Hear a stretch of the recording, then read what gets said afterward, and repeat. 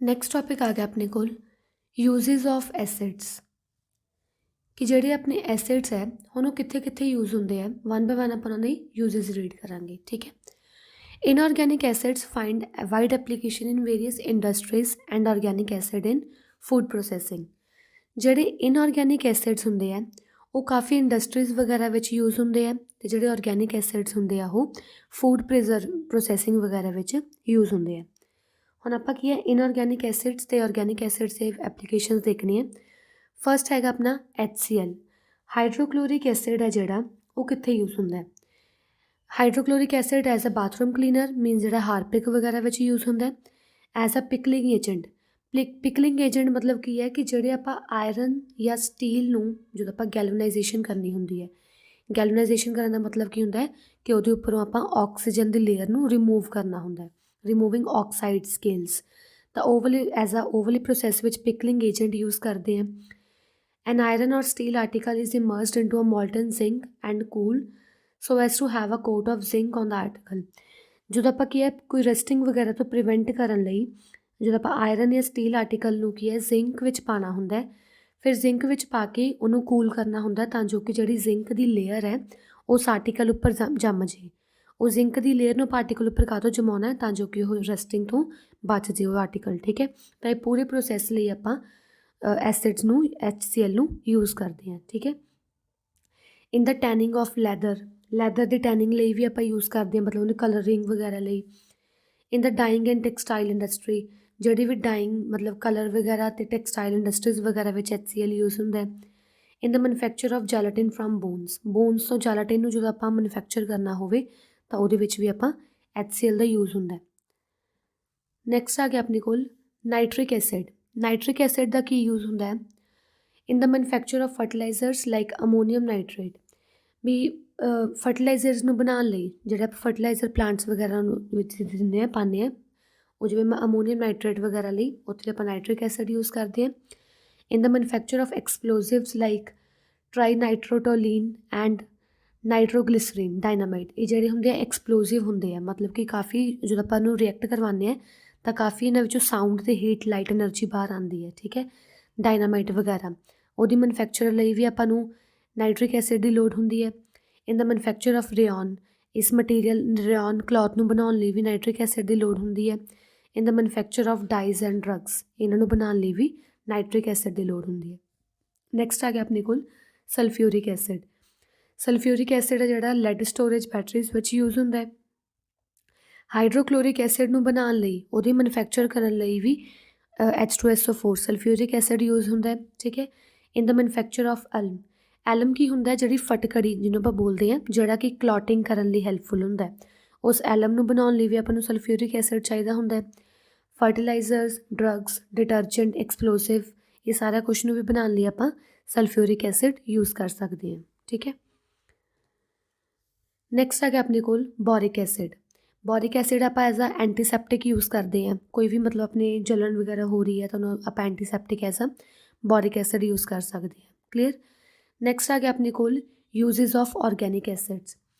ਦੇਖੋ ਇਨਆਰਗੈਨਿਕ ਐਸਿਡਸ ਕਿਹੜੇ ਸੀ, ਉਹ ਵਾਲੇ ਐਸਿਡ ਜਿਨ੍ਹਾਂ ਵਿੱਚ ਕਾਰਬਨ ਦੀ ਪ੍ਰੈਜ਼ੈਂਸ ਨਹੀਂ ਹੈਗੀ ਸੀ ਠੀਕ ਹੈ, ਜਿਵੇਂ H2SO4 NH3 ਜਾਂ ਜੋ ਵੀ HCl ਹੈ, ਇਹ ਸਾਰੇ ਕਿਹੜੇ ਆਪਣੇ ਕੋਲ ਇਨਆਰਗੈਨਿਕ ਐਸਿਡਸ ਦੀ ਯੂਜ਼ਸ ਪੜ੍ਹੀਆਂ ਸੀ ਪਹਿਲਾਂ ਆਪਾਂ। ਹੁਣ ਆਪਾਂ ਪੜ੍ਹਨ ਲੱਗੇ ਹਾਂ ਆਰਗੈਨਿਕ ਐਸਿਡ, ਉਹ ਵਾਲੇ ਐਸਿਡ ਜਿਨ੍ਹਾਂ ਵਿੱਚ ਕਾਰਬਨ ਅਤੇ ਹਾਈਡਰੋਜਨ ਦੋਨੋਂ ਹੈਗੇ ਆ ਠੀਕ ਹੈ। ਸਭ ਤੋਂ ਪਹਿਲਾਂ ਆਪਣੇ ਕੋਲ ਹੈਗਾ ਐਸਕੋਰਬਿਕ ਐਸਿਡ। ਐਸਕੋਰਬਿਕ ਐਸਿਡ ਦਾ ਫਾਰਮੂਲਾ ਕੀ ਹੈ C6H8O6। ਇਹ ਤੁਸੀਂ ਨੇਮ ਲਰਨ ਰੱਖਣੇ ਆ ਠੀਕ ਹੈ ਪ੍ਰੋਪਰਲੀ। ਤਾਂ ਐਸਕੋਰਬਿਕ ਐਸਿਡ ਵਿਟਾਮਿਨ C ਵਿੱਚ ਹੁੰਦਾ ਹੈ। ਸਿਟਰਿਕ ਐਸਿਡ ਕੀ ਹੁੰਦਾ C6H8O7।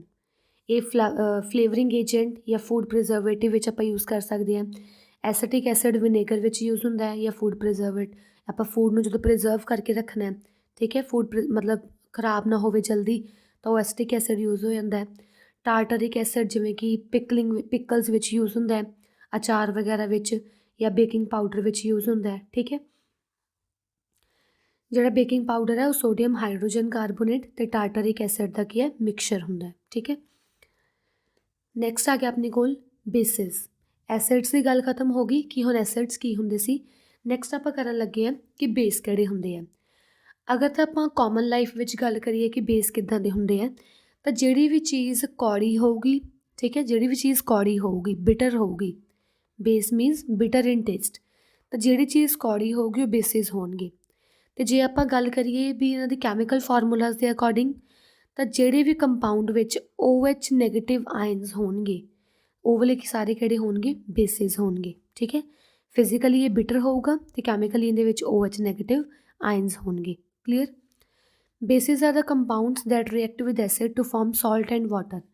ਬੇਸਿਸ ਉਹ ਵਾਲੇ ਕੰਪਾਊਂਡ ਹੈ ਜਦੋਂ ਆਪਾਂ ਐਸਿਡ ਨੂੰ ਬੇਸ ਨਾਲ ਰਿਐਕਟ ਕਰਵਾਉਂਦੇ ਹਾਂ ਤਾਂ ਉਹ ਹਮੇਸ਼ਾ ਸਾਲਟ ਅਤੇ ਵਾਟਰ ਬਣਾਉਂਦਾ ਹੈ। ਇਹ ਪੂਰੀ ਰਿਐਕਸ਼ਨ ਨੂੰ ਆਪਾਂ ਨਿਊਟਰਲਾਈਜੇਸ਼ਨ ਰਿਐਕਸ਼ਨ ਬੋਲਦੇ ਹਾਂ, ਉਹ ਆਪਾਂ ਅੱਗੇ ਪੜ੍ਹਨੀ ਵੀ ਹੈ ਕੀ ਹੁੰਦਾ ਹੈ, ਠੀਕ ਹੈ। They are usually oxides and hydroxides of metal. Bases mainly oxides ਵੀ ਹੋ ਸਕਦੇ ਆ ਅਤੇ ਹਾਈਡਰੋਕਸਾਈਡਸ ਵੀ, O ਜਾਂ OH ਨੈਗੇਟਿਵ ਹੋ ਸਕਦੇ ਆ ਮੈਟਲਸ ਦੇ, ਠੀਕ ਹੈ। ਜਿਵੇਂ ਅਮੋਨੀਅਮ ਹਾਈਡਰੋਕਸਾਈਡ ਅਤੇ ਅਮੋਨੀਆ, ਇਹ ਵੀ ਕੀ ਹੈ, ਐਜ਼ ਆ ਬੇਸ ਐਕਟ ਕਰਦੇ ਹੈ, ਠੀਕ ਹੈ। NH4 ਜਾਂ NH4OH, ਠੀਕ ਹੈ। ਅਮੋਨੀਅਮ ਹਾਈਡਰੋਕਸਾਈਡ ਜਾਂ ਅਮੋਨੀਆ ਦੋਨੋਂ ਕੀ ਬੇਸ ਐਕਟ ਕਰ ਸਕਦੇ ਆ। Sodium oxide, calcium oxide, iron oxide, ਇਹ ਸਾਰੇ ਕਿਹੜੇ ਹੈ, ਇਹ ਵੀ ਸਾਰੇ ਬੇਸ ਹੁੰਦੇ ਆ। ਕੋਈ ਵੀ ਆਕਸਾਈਡ ਲੈ ਲਓ ਜਾਂ ਕੋਈ ਵੀ ਹਾਈਡਰੋਕਸਾਈਡ ਲੈ ਲਓ, ਇਹ ਸਾਰੇ ਕਿਹੜੇ ਹੁੰਦੇ ਆ, ਬੇਸਿਸ ਹੁੰਦੇ ਆ, ਠੀਕ ਹੈ। ਨੈਕਸਟ ਆ ਗਿਆ ਆਪਣੇ ਕੋਲ acid plus base give rise to salt and water. ਇਹ ਮੈਂ ਰਿਐਕਸ਼ਨ ਪਹਿਲਾਂ ਹੀ ਕਰਵਾ ਚੁੱਕੀ ਹਾਂ ਨਾ, ਐਸਿਡ ਅਤੇ ਬੇਸ ਜਦੋਂ ਆਪਾਂ ਰਿਐਕਟ ਕਰਾਵਾਂਗੇ ਤਾਂ ਹਮੇਸ਼ਾ ਸਾਲਟ ਅਤੇ ਵਾਟਰ ਦੇਣਗੇ ਆਪਾਂ ਨੂੰ।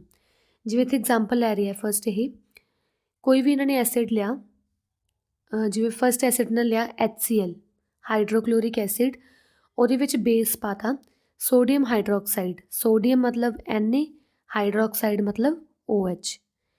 ਤਾਂ ਜਦੋਂ ਆਪਾਂ ਰਿਐਕਟ ਕਰਵਾਉਣਾ ਹੈ, ਹਮੇਸ਼ਾ ਰਿਐਕਟ ਕਿਵੇਂ ਕਰਦੇ ਆ, ਦੇਖੋ ਇਹ ਹਾਈਡਰੋਜਨ ਹਮੇਸ਼ਾ ਉੱਪਰ ਹੁੰਦਾ ਪੋਜ਼ੀਟਿਵ ਚਾਰਜ, ਕਲੋਰੀਨ ਉੱਪਰ ਹੁੰਦਾ ਨੈਗੇਟਿਵ ਚਾਰਜ, ਕਿਉਂਕਿ ਤੁਸੀਂ ਵੈਲੈਂਸੀ ਕੱਢੀ ਹੋਊਗੀ ਤਾਂ ਵੈਲੈਂਸੀ ਅਕੋਰਡਿੰਗ ਤੁਹਾਨੂੰ ਪਤਾ ਹੈ, ਠੀਕ ਹੈ। Na ਹੁੰਦਾ ਹਮੇਸ਼ਾ +1, OH ਹਮੇਸ਼ਾ ਨੈਗੇਟਿਵ, ਠੀਕ ਹੈ।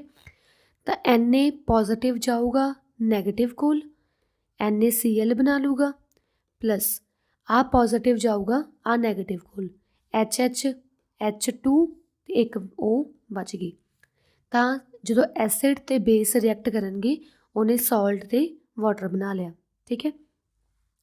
ਹੋਰ ਐਗਜ਼ਾਮਪਲ ਲੈ ਲਓ, ਜਿਵੇਂ ਫਿਰ ਉਹਨੇ ਲਿਆ hydrochloric acid plus magnesium oxide MgO। ਇਹਦੇ ਵਿੱਚ ਵੀ ਕੀ ਕਰਨਾ ਆਪਾਂ, H ਉੱਪਰ ਪੋਜ਼ੀਟਿਵ, Cl ਉੱਪਰ ਨੈਗੇਟਿਵ, ਮੈਗਨੀਸ਼ੀਅਮ ਉੱਪਰ ਕੀ ਹੁੰਦਾ ਹੈ, Mg2 ਪੋਜ਼ੀਟਿਵ ਹੁੰਦਾ ਹੈ। ਅਗਰ ਵੈਲੈਂਸੀ ਕੱਢ ਕੇ ਦੇਖੋਗੇ ਤਾਂ Mg2 ਪੋਜ਼ੀਟਿਵ ਹੁੰਦਾ ਹੈ ਅਤੇ O ਉੱਪਰ ਵੀ ਹੁੰਦਾ ਹੈ 2 ਨੈਗੇਟਿਵ। ਇਹਨੂੰ ਰਿਐਕਟ ਕਰਵਾ, ਹੁਣ ਪੋਜ਼ੀਟਿਵ ਜਾਊਗਾ ਪਹਿਲਾਂ ਇਸ ਨੈਗੇਟਿਵ ਕੋਲ, ਇਹ ਬਣਾ ਲੂਗਾ H2O ਵਾਟਰ, ਠੀਕ ਹੈ। ਅਤੇ ਜਿਹੜਾ ਇਹ Mg2 ਪੋਜ਼ੀਟਿਵ ਹੈ Cl ਕੋਲ ਜਾਊਗਾ ਅਤੇ ਬਣਾ ਲੂਗਾ MgCl2 ਮੈਗਨੀਸ਼ੀਅਮ ਕਲੋਰਾਈਡ। ਦੇਖੋ magnesium chloride plus water, magnesium chloride ਇੱਥੇ ਸਾਲਟ ਤਰ੍ਹਾਂ ਕੰਮ ਕਰ ਰਿਹਾ ਅਤੇ ਵਾਟਰ, ਠੀਕ ਹੈ। ਤਾਂ ਕੀ ਹੋਇਆ, ਜਦੋਂ ਐਸਿਡ ਰਿਐਕਟ ਕੀਤਾ ਬੇਸ ਨਾਲ ਤਾਂ ਉਹਨੇ ਬਣਾ ਲਿਆ ਸਾਲਟ ਅਤੇ ਵਾਟਰ। ਤਾਂ ਸਾਰੀ ਰਿਐਕਸ਼ਨ 'ਚ ਇੱਦਾਂ ਹੀ ਹੋਊਗਾ, ਕੋਈ ਇੱਕ ਐਸਿਡ ਲਓ ਕੋਈ ਬੇਸ ਲਓ, ਉਹਨੇ ਹਮੇਸ਼ਾ ਕੀ ਬਣਾਉਣਾ, ਸਾਲਟ ਅਤੇ ਵਾਟਰ। ਨੈਕਸਟ ਆ ਗਿਆ ਆਪਣੇ ਕੋਲ antacid soaps and toothpaste. Just wait, ਜਿਹੜੇ ਐਂਟਾਸਿਡ ਹੁੰਦੇ ਆ, ਐਂਟਾਸਿਡ ਕਿਹੜੇ ਹੁੰਦੇ ਆ, ਜਦੋਂ ਮਤਲਬ ਆਪਣੇ ਪੇਟ ਵਿੱਚ ਐਸਿਡਿਟੀ ਵੱਧ ਜੇ ਤਾਂ ਆਪਾਂ ਇੱਦਾਂ ਦੇ ਮੈਗਨੀਸ਼ੀਅਮ ਹਾਈਡਰੋਕਸਾਈਡ ਵਗੈਰਾ ਲੈਂਦੇ ਹਾਂ ਨਾ ਐਂਟਾਸਿਡ, ਤਾਂ ਜੋ ਕਿ ਜਿਹੜੀ ਜਲਨ ਹੋ ਰਹੀ ਆ ਉਹ ਸਹੀ ਹੋ ਜੇ, ਠੀਕ ਹੈ। ਸੋਪ, ਟੂਥਪੇਸਟ, ਇਹ ਸਾਰੇ ਕੀ ਹੈ, ਬੇਸਿਸ ਹੈ ਜਿਹੜੇ ਆਪਾਂ ਕਾਮਨ ਲਾਈਫ ਵਿੱਚ ਯੂਜ਼ ਕਰਦੇ ਹਾਂ, ਡੇ ਟੂ ਡੇ ਲਾਈਫ ਵਿੱਚ ਯੂਜ਼ ਕਰਦੇ ਹਾਂ। ਕਲੀਅਰ। ਨੈਕਸਟ ਆ ਗਿਆ ਆਪਣੇ ਕੋਲ ਐਲਕਲੀਸ। ਐਲਕਲੀਸ ਕੀ ਹੁੰਦਾ ਹੈ, ਉਹ ਵਾਲੇ ਬੇਸ ਜਿਹੜੇ ਵਾਟਰ ਨਾਲ ਰਿਐਕਟ ਕਰ ਰਹੇ ਹਨ, ਜਿਹੜੇ ਈਜ਼ੀਲੀ ਵਾਟਰ 'ਚ ਸੋਲੂਬਲ ਹੋਣ। ਕੋਈ ਵੀ ਇੱਕ ਬੇਸ ਲਓ, ਜਦੋਂ ਬੇਸ ਨੂੰ ਪਾਣੀ ਵਿੱਚ ਘੋਲਾਂਗੇ ਨਾ, ਬੇਸ ਨੂੰ ਪਾਣੀ ਵਿੱਚ ਘੋਲੋ ਤਾਂ ਉਹ ਈਜ਼ੀਲੀ ਘੁੱਲ ਜੇ ਬੇਸ, ਤਾਂ ਉਹ ਵਾਲੇ ਹੁੰਦੇ ਆ ਐਲਕਲੀਸ। The bases which are soluble in water, that bases are known as alkalis. Soluble bases are called alkalis. ਜਿਹੜੇ common soluble ਹੈਗੇ ਬੇਸਿਸ ਆਪਣੇ ਕੋਲ ਜਿਹੜੇ ਵਾਟਰ 'ਚ ਸੋਲੂਬਲ ਹੋ ਜਾਂਦੇ ਆ, ਉਹ ਹੁੰਦੇ ਆ sodium hydroxide, potassium hydroxide, calcium hydroxide, ammonium hydroxide. ਇਹ ਸਾਰੇ ਬੇਸਿਸ ਕੀ ਹੈ, ਐਲਕਲੀਸ ਹੈ, ਠੀਕ ਹੈ।